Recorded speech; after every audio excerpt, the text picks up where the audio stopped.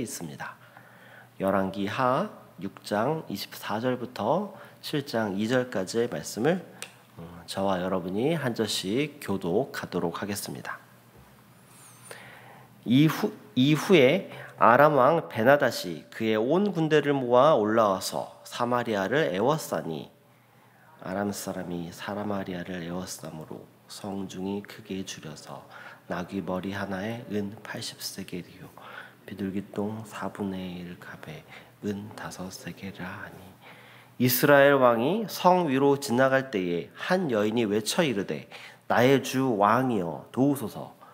왕이 이르되 여호와께서 너를 돕지 아니하시면 내가 무엇으로 너를 도우랴.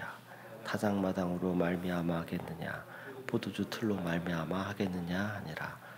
또 이르되 무슨 일이다 하니 여인이 대답하되 이 여인이 내게 이르기를 내 아들을 내놓아라. 우리가 오늘 먹고 내일은 내 아들을 먹자 하매 우리가 드디어 내 아들을 삶아 먹었더니 이튿날에 내가 그 여인에게 이르되 내 아들을 내놓아라. 우리가 먹으리라 하나 그가 그의 아들을 숨겼나이다 하는지라. 왕이 그 여인의 말을 듣고 자기 옷을 찢으니라. 그가 성 위로 지나갈 때에 백성이 본즉 그의 속살에 굵은 배를 입었더라. 왕이 이르되 사밧의 아들 엘리사의 머리가 오늘 그 몸에 붙어 있으면 하나님이 내게 벌 위에 벌을 내리실지로다 하니라. 그때에 엘리사가 그의 집에 앉아 있고 장로들이 그와 함께 앉아 있는데 왕이 자기 처소에서 사람을 보냈더니 그 사자가 이르기 전에 엘리사가 장로들에게 이르되 너희는 이 살인한 자의 아들이 내 머리를 베려고 사람을 보내는 것을 보느냐. 너희는 보다가 사자가 오거든 문을 닫고 문 안에 들이지 말라. 그의 주인의 발소리가 그의 뒤에서 나지 아니하느냐 하고 무리와 말을 할 때에 그 사자가 그에게 이르니라. 왕이 이르되 이 재앙이 여호와께로부터 나왔으니 어찌 더 여호와를 기다리리요. 엘리사가 이르되 여호와의 말씀을 들을지어다. 여호와께서 이르시되 내일 이맘때에 사마리아 성문에서 고운 밀가루 한 스아를 한 세겔로 매매하고 보리 2스아를 한 세겔로 매매하리라 하셨느니라. 함께 읽겠습니다.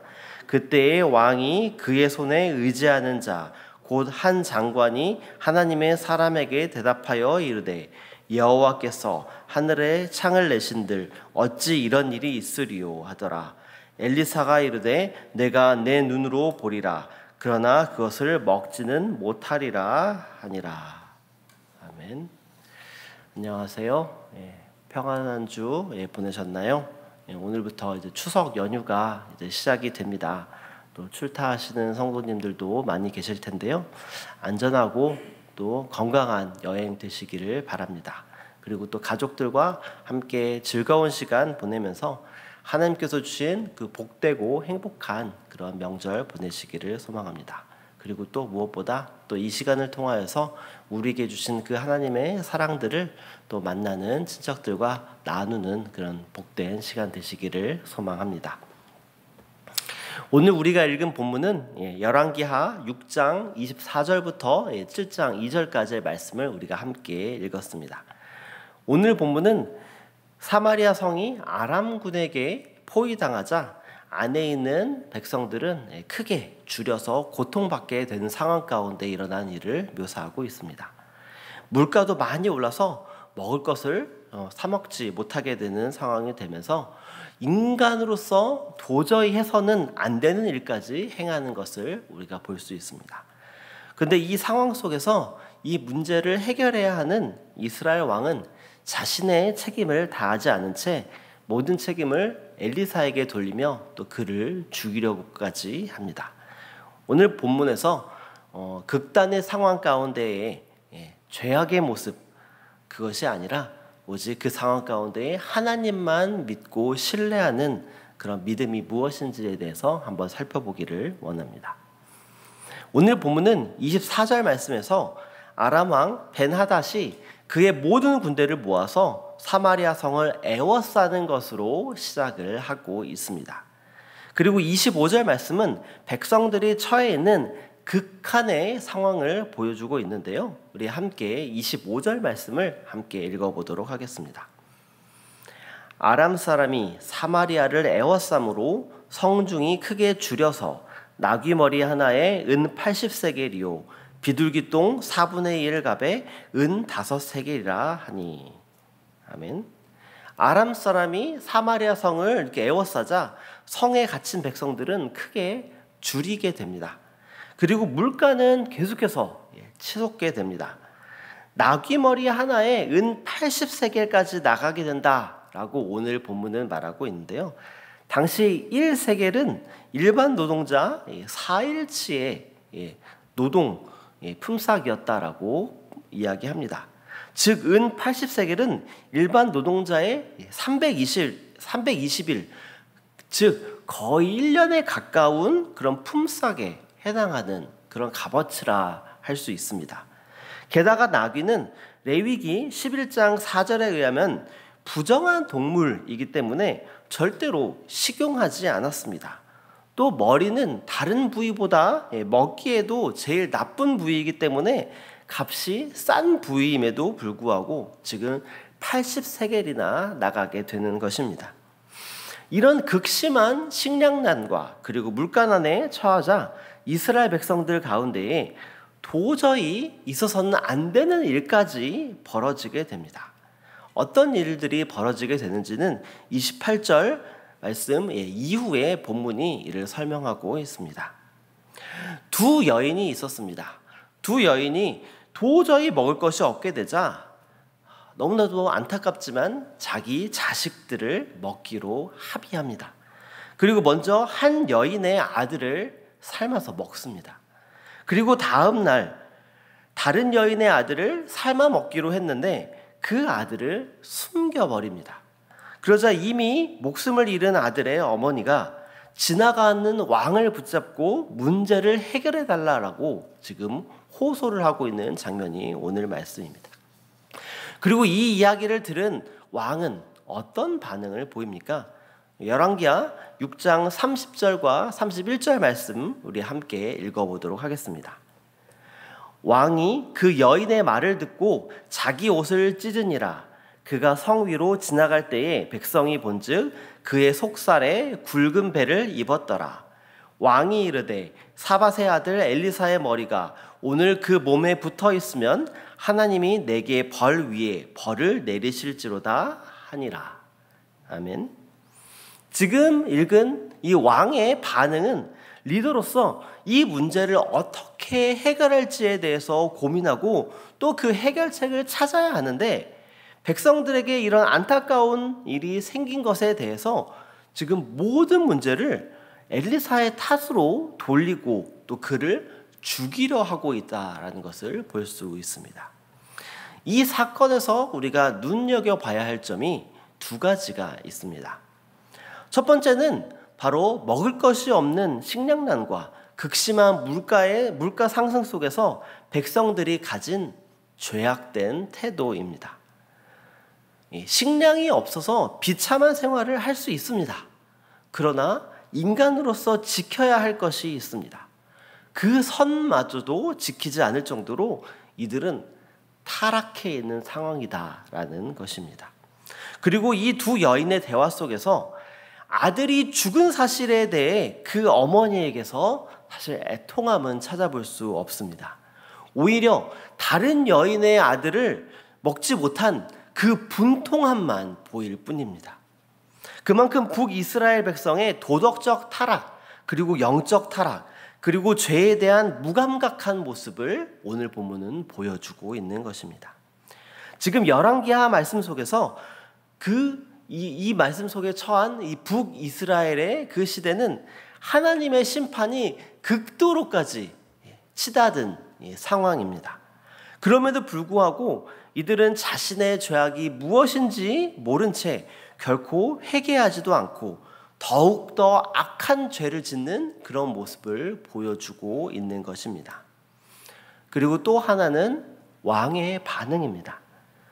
왕은 이 백성들의 암담한 모습을 접하고 자기 옷을 찢습니다.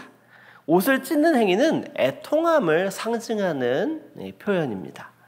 그리고 왕의 옷이 찢어지니 그 안에는 굵은 배 옷을 입은 모습이 백성들에게 목격이 됩니다.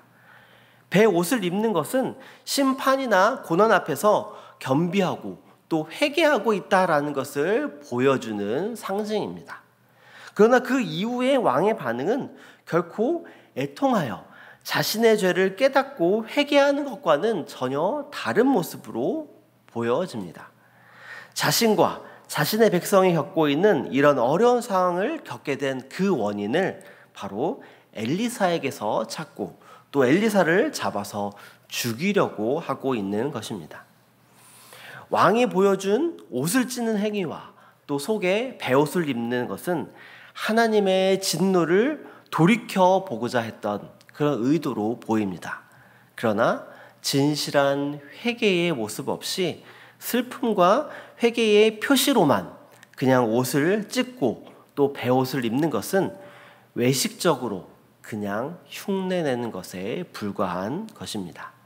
이런 모습으로는 결코 하나님의 진노가 멈추지 않을 것이며 하나님께서는 결코 용서하지 않으실 것입니다.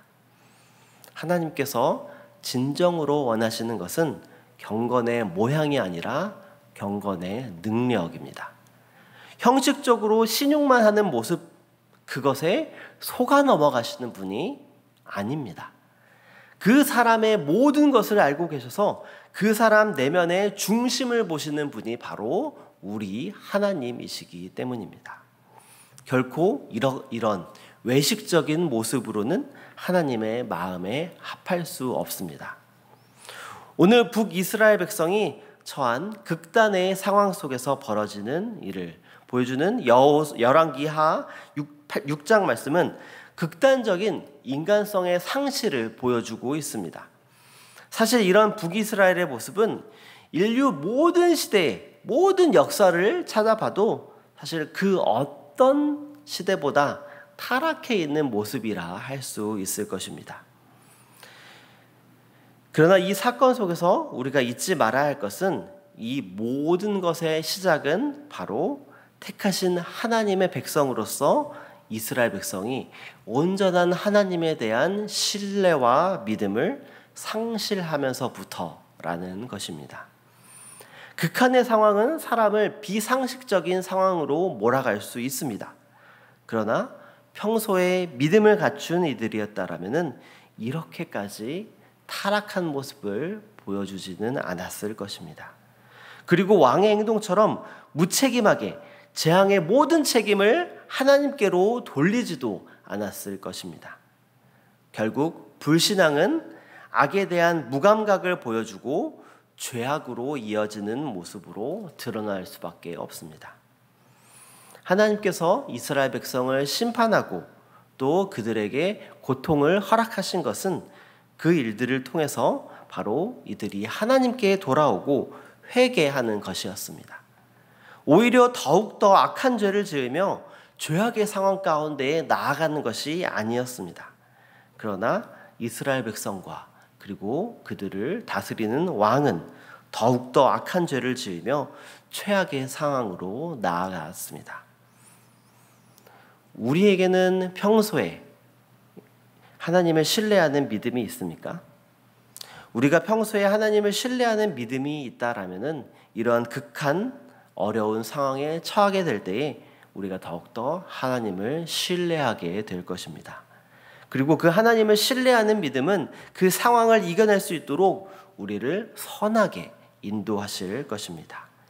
왜냐하면 하나님은 그런 분이시기 때문입니다. 어려운 상황에 처할지라도 우리를 지켜주시고 또 우리를 어려운 상황 속에서 이겨내도록 선하게 인도해내실 하나님을 의지하는 우리 저와 여러분 되시기를 소망합니다. 이 시간 함께 오늘 말씀을 가지고 그리고 또 각자 이 자리 가운데 가지고 나온 기도 제목들을 가지고